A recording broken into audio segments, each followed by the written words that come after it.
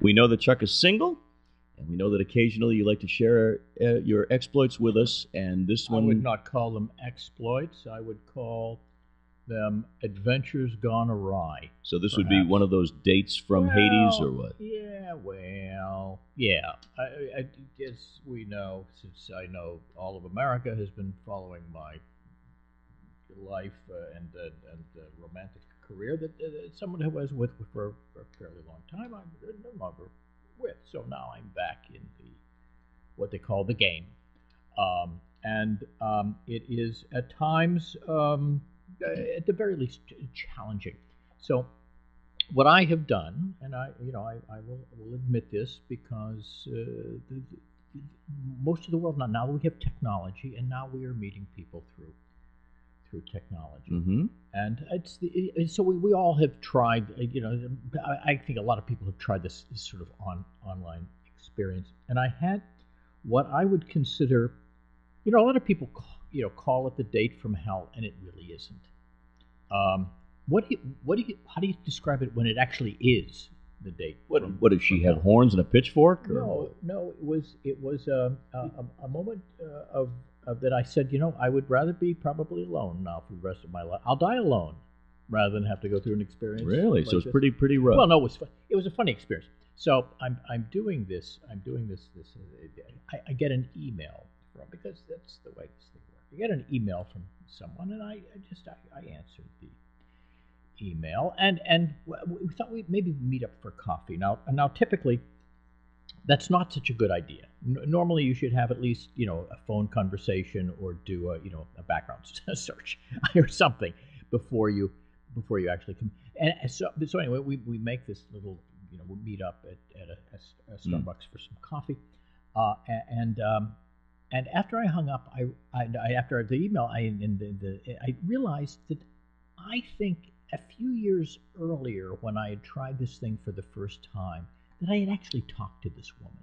And I remembered now, it was coming back to me, that it was one of those conversations where it's okay, there's nothing horrible about it, but it's, there's nothing that really promotes another conversation again. Like intelligent discourse. Okay. So it was devoid of that. of anything that I think got my brain to actually what's the word I'm looking for, function. Mm-hmm. So it's too late. I've made and so I'm thinking to myself, Chuck, maybe it was you who was not the catalyst for an exciting conversation. So give it a chance. So anyway, we're about to meet at noon. Now understand the following: that it's always best, if you're meeting somebody who's a total stranger, to show up first. There's a good. I'm sharing what I have now learned to as be a one public of life. service. Yes, and think about this: if you're meeting somebody who you don't know, if you are the second person to arrive, you've got to scan the whole place and look like you recognize somebody. And you got to be somewhat perceptive. And I'm not. I mean, I look at a sea of faces, and who knows what it will be. So if you're seated, then it's the responsibility of the person who walks in to find you. Yeah. So this is I'm sharing this, and now from now on, it's never going to work for me. I know when I'm meeting someone, a client or something, it's always that awkward thing when you walk into a restaurant and you're looking around, but usually you can tell it's the person who's looking like they're looking for you. Yeah, but it's still easier to be the one that gets there first. All right, so you got there first in this case? Oh yeah, 45 minutes earlier. You never want to be too. Okay. Okay. So anyway, no, I'm sitting there a few minutes early, and now I'm waiting. It's a Starbucks. That's where half of these things happen. I'm sitting at this Starbucks, and I'm waiting, and it's noon. We're supposed to meet at noon, so it's noon. And now I look at my watch, and it's like 5 afternoon, and now it's 10 afternoon. Now it's approaching a quarter afternoon, and do you remember when you were in college? You only gave full professors 15 minutes. Yeah. So and you booked after and then that. You can kind of leave.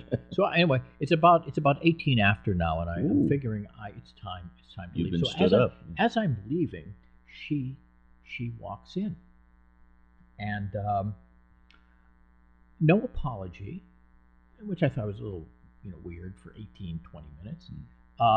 But she said something to the effect that, oh, I was about to call you, but my cell phone was, and there was this pause, and she said, on the seat. And I'm thinking to myself, I don't know what kind of car you drive, but I can reach the passenger seat from the driver. What are you're driving an L-1011? What are you driving? Some kind of Boeing aircraft that you can't reach across? I came in my train. I came in a diesel locomotive. And the cell phone was in the caboose. So at any rate, so I kind of not. Then I make the major mistake. Now, ladies and gentlemen, understand this. If you go to a Starbucks and you're meeting someone for the first time, do not make the mistake that I did. Never order the venti. What is a venti? The venti is the big one. The venti is the one that's about 47 ounces of coffee. That so you want to say, you actually want to order the smallest possible. Do you have any kitty espresso? Something very, very tiny. So anyway, I sit down and I realize now I'm going to have a long discussion because I have about 47 ounces of coffee in front of me. So the conversation starts, and I've recognized that I am now sitting across from the most depressed person in all of North America. She begins by telling me how terrible her job is, how she hates where she lives, she doesn't even like her house pets, family issues. So there was not one area of her life that I learned in the first 5 minutes that wasn't making her unhappy. Does Woody Allen follow you around? I have with a camera crew to get script ideas. I'm thinking to myself that this is not the way to endear yourself to someone when you say no one likes me, and I'm thinking this is no one includes everyone, which includes me. So I'm listening, and I realize that in this 5 to 7 minute conversation, this introduction, she's never asked a single question. But she's unloading a good deal of what's happening in her life. And at this point, I'm beginning to think that, well, maybe this isn't going to work out so well. So we continue.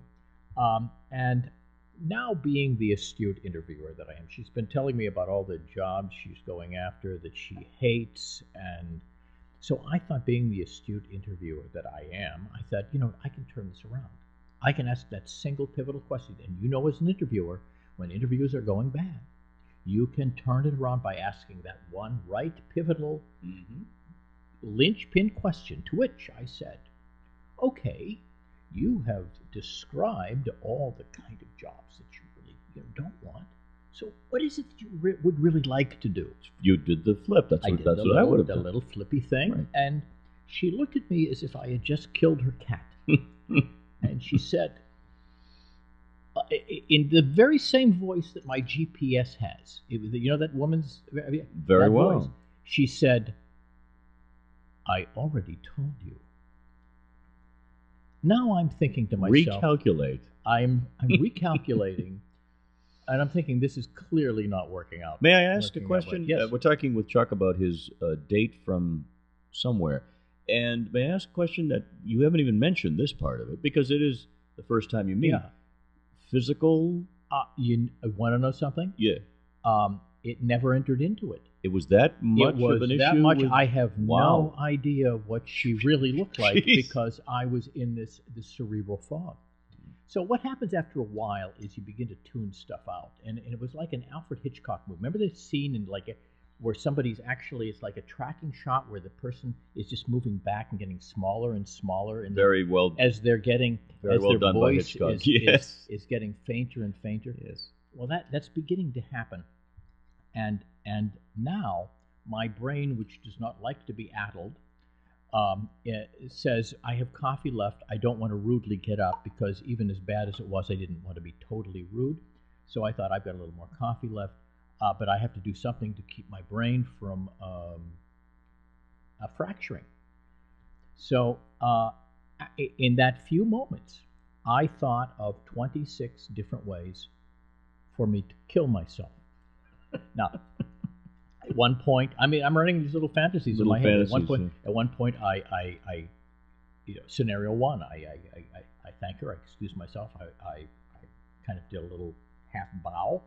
I I walk out and I'm plastered by a bus. All right. Reset. Now, number 2, I eviscerate myself with the plastic silverware. I think we need some. No, let me. No, we need some. Thank you. Okay, we need some assistance here. All right. Number 3, I was attacked by pirates. Oh. Okay. Now, this is Newton.